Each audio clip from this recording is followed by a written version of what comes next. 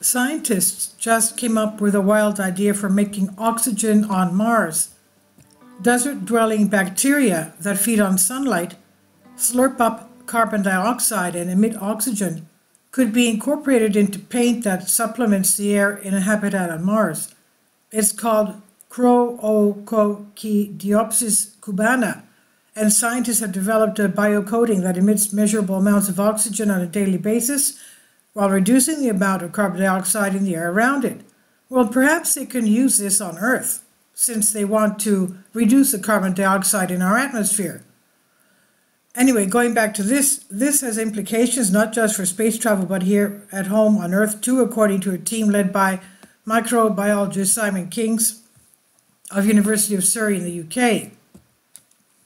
With the increase in greenhouse gases, particularly CO2, carbon dioxide, in the atmosphere and concerns about water shortages due to rising global temperatures, we need innovative, environmentally friendly, and sustainable materials, says bacteriologist Susie Higley-Wilson of University of Surrey.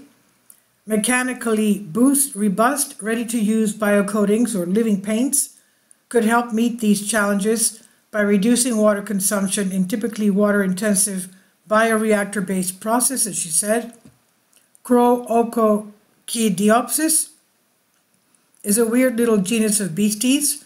If there's a place on Earth you think no life could possibly find purchase, you're likely to find a species of this bacterium there. It harnesses a strange kind of photosynthesis that can make the most of extremely low conditions with a backup survival mechanism for even darker places. It's been found in the pitch blackness of ultra-deep caves and in Earth's lower crust beneath the ocean floor. Croocochidiopsis cubana sometimes lives in deserts in conditions not dissimilar to those on Mars, and like their cyanobacteria, its metabolism has some desirable properties. The bacterium takes in CO2, which it fixes to transform via photosynthesis into organic compounds, releasing oxygen as part of the process. Krings and her team want to develop a biocoating that harnesses these properties. These are coatings like paint, into which live bacteria are incorporated in layers. They have to be durable without containing ingredients that could harm the bacteria in them. This is more challenging than it might seem. The biocoating matrix needs to be porous to allow for hydration and cell transport, but mechanically robust and hard. The team developed a method of mixing latex with nanoclay particles that achieve these properties, safely encapsulating their bacteria. The next step was to make sure that the paint was working as intended and that the tiny microbes inside were continuing to live happily tiny lives. The team observed their coating for 30 days, performing measurements of oxygen output and CO2 input. They found the paint consistently released oxygen at a rate of up to 0.4 grams of oxygen per gram of biomass per day, and that this remained steady for the entire month. That's up to 400 grams or 14 ounces of oxygen for every kilogram, 35 ounces, of paint. In addition, the paint absorbs CO2. The researchers have called their invention green living paint.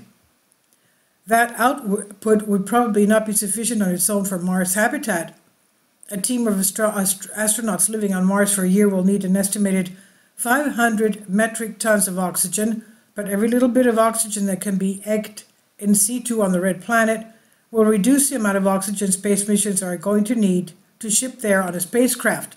And where will they be bringing the oxygen from? From Earth. So that means our oxygen will be depleted because of missions to Mars taking oxygen from us. Now, the photosynthetic Croocochidiopsis have an extraordinary ability to survive in extreme environments like droughts and after high levels of UV radiation exposure, Kring says.